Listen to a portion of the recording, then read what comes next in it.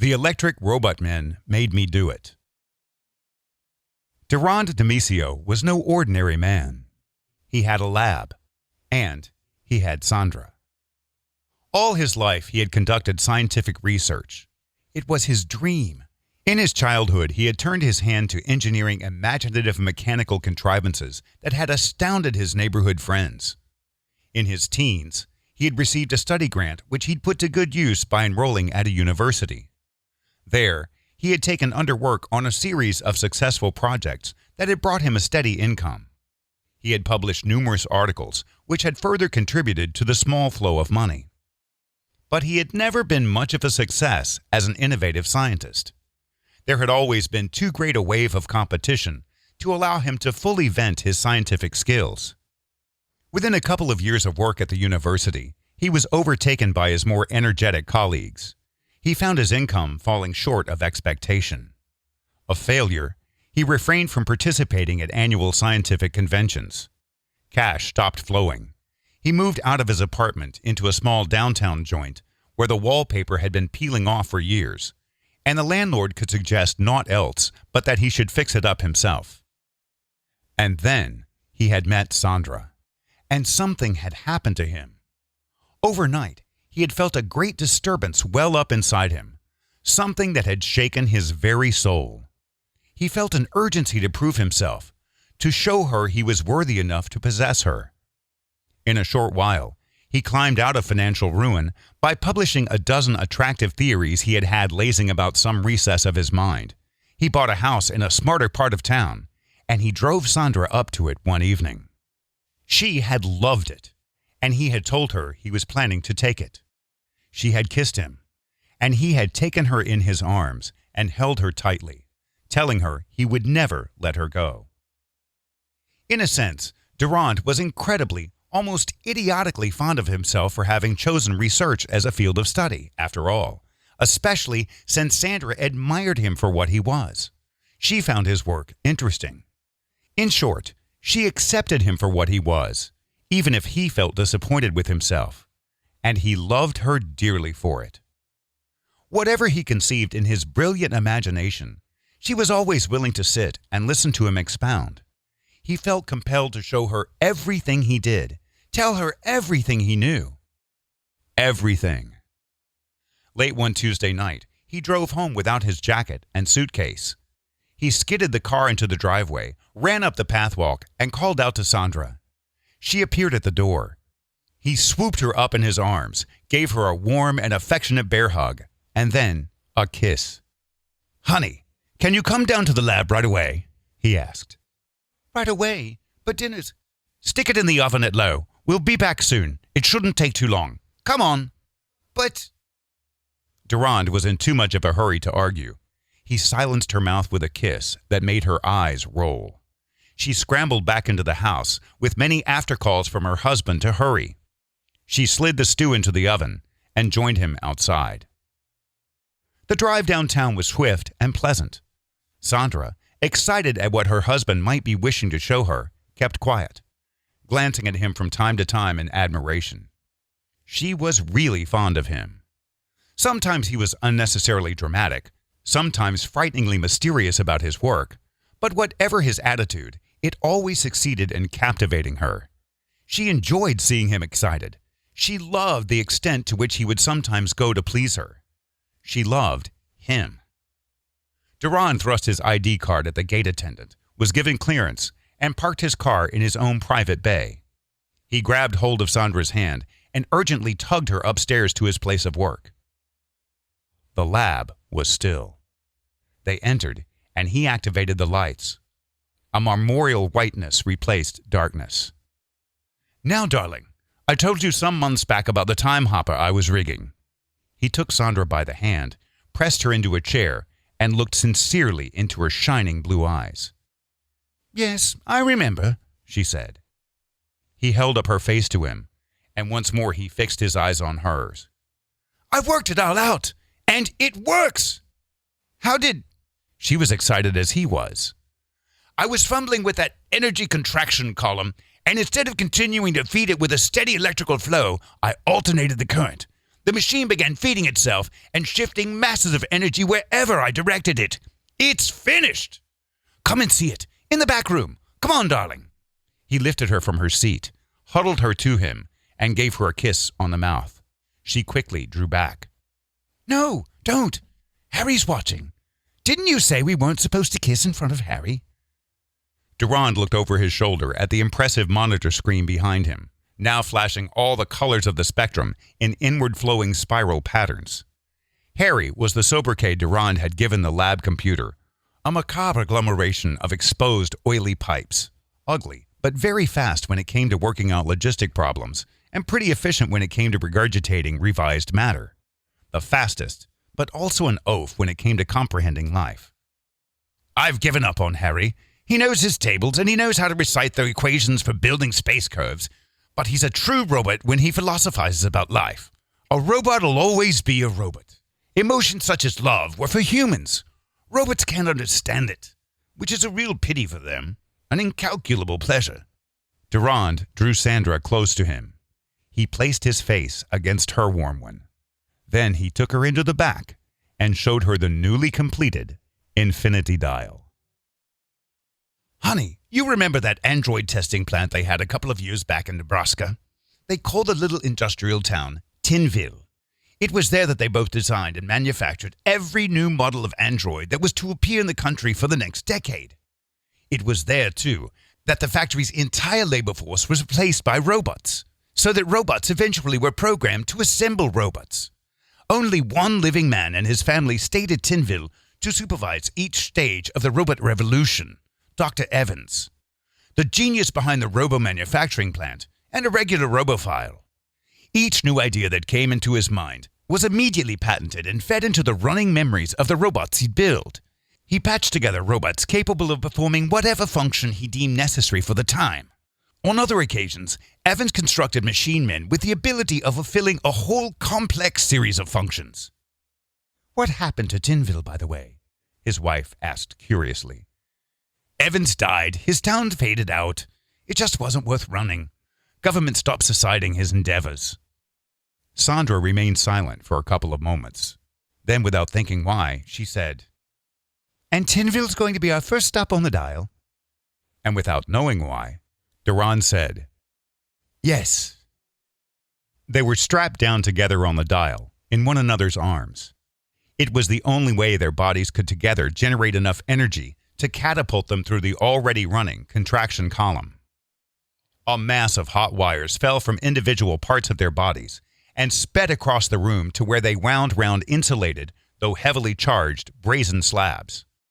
Monitor lights winked spasmodically, electrically hummed heavily, and a plethora of data spat forth across the green computer screen. It was to happen now. Durand triggered the mountain of instrumentation and hugged Sandra closely.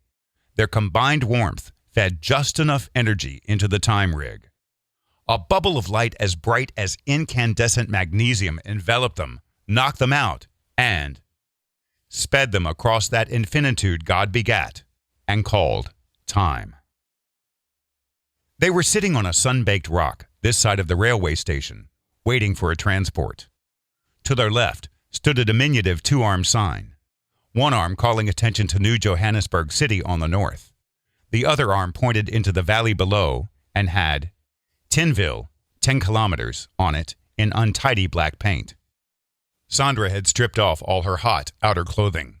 Durand had done the same. He had taken his shoes off. He wiggled his toes through the fine, unconsolidated sand. In the distance, he saw a little trail of dust crawling toward them. Look, Sandra! That's it! That's our transport! Sandra stood up, and Durand followed after her to the curb. A rickety desert boat with an impressive radiator grill bucketed up to them. A side door was thrown open, and a rusty-mouthed droid bade them enter. The droid was lugging crates of oily spares into Tinville, he said, and he'd be mighty happy to offer him a ride. Durand smiled. All was going as he'd planned. Or, at least, as someone had planned it should happen. Yes, the droid consented to take them into Tinville, no questions asked. Durand handed his wife on board. The boat heaved forward, sank into the dune, and lifted once again until it had gained enough momentum to move without tipping and tossing. Sand sprayed up in a great parabola behind them. The boat knived into Tinville and halted outside the Evans estate, home of the famed robot constructor. A troop of robots promenaded the grounds. It wouldn't be difficult getting past them. Durand smashed a hole in the driver's head with an iron rod he'd found lying in the back. He shoved Sandra out, and they crawled on their bellies to the back of the boat, where they pried open the rear hood and removed from within insulated shoes, utility belt, iconic body shields, and 2 Hawthorne gas guns, which they carefully plugged to portable hydrogen bottles. These had been placed there for them by their unknown aide. The next step was easy.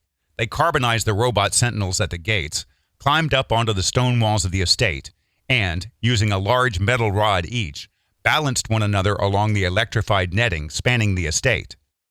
Directly above the house, they activated their body shields and plummeted down through the net, unscathed. A shuffle of droids instantly met them, but Durand and Sandra dispersed of them without difficulty. There was no time to equivocate with droids. They had a job to do, and they had to hurry. They might not have the chance again. They neutralized the field about the portico to the estate by reversing the charge on their shields. Casting aside their metal rods, they broke into the house. Evans would be down at the plant as he was wont to do on a Wednesday morning. They had some time, and Paul, the robot, would be waiting for them. They crashed into the study, a lavishly furnished room, vinyl walls, velvet trusses cascading from the windows. Numerous wall charts and engineering layouts lay sprawled everywhere. However, there was a certain finesse and accuracy in their arrangement across the table and floor that bespoke of organization. And sitting at Evans' desk, squinted Paul. Paul, Evans' master servant, the only entity in history that had ever known and shared Evans' dreams. Paul did not struggle. There was no need. It had been planned that way. Durand and Sandra realized they'd have a slightly harder task smuggling Paul from the grounds. Whatever resistance met them, they soon expelled from their path with a quick flare of their Hawthorne gas pistols. It was all very easy. They tore across the grounds, aiding a very stiff Paul to escape. They had no problems at the gates. After all, they'd already taken care of the sentinels. They marched out into the street. Durand kicked the driver of the boat out of his seat and told Paul to get them out of there. Paul obeyed. At the sun-baked rock, Durand killed Paul. But first, he removed Paul's memory chip, encapsulated it in an anti-corrosive bag, and swallowed it. Sand blew harshly about them. Sandra hugged Durand in the storm. A pillar of energy lit up brightly about them, and they left Paul to the mercy of the dust. Durand was sitting on a bench, balancing a stool on his ankles, when Sandra brought him a mug of coffee. He rewarded her with an embrace that warmed them both.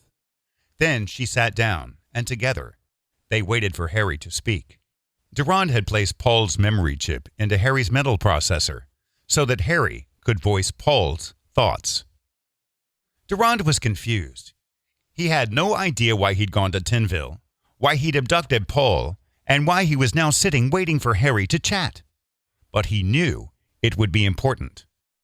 Someone or something outside his realm of experience, greater than his power of imagination, was pulling the strings, and one did not question the minds of godlike forces, even when they might be only metallic divinities. And then, borrowing Paul's voice pattern, Harry said, "Dr. Evans was working on the ultimate experiment.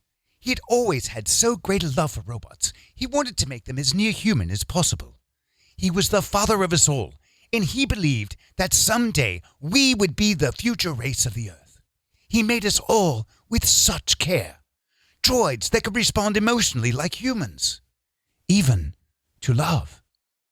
In all his magnificence, he dreamed of constructing robots that look human, made of molded synthetic flesh, that inhaled and exhaled ether, that could even bleed. And to complement this great achievement, he was to plant in them human memories and human emotions so that they would love one another. He called this experiment in cybernetics the New Genesis Project. The big secret of the New Genesis Project experiment lay in the fact that the two subjects were not to know they were robots until the experiment drew to a close. First, they were to fall sufficiently in love with one another in order for the experiment to succeed. Then, the genius Dr. Evans thought of putting an obsession in their minds.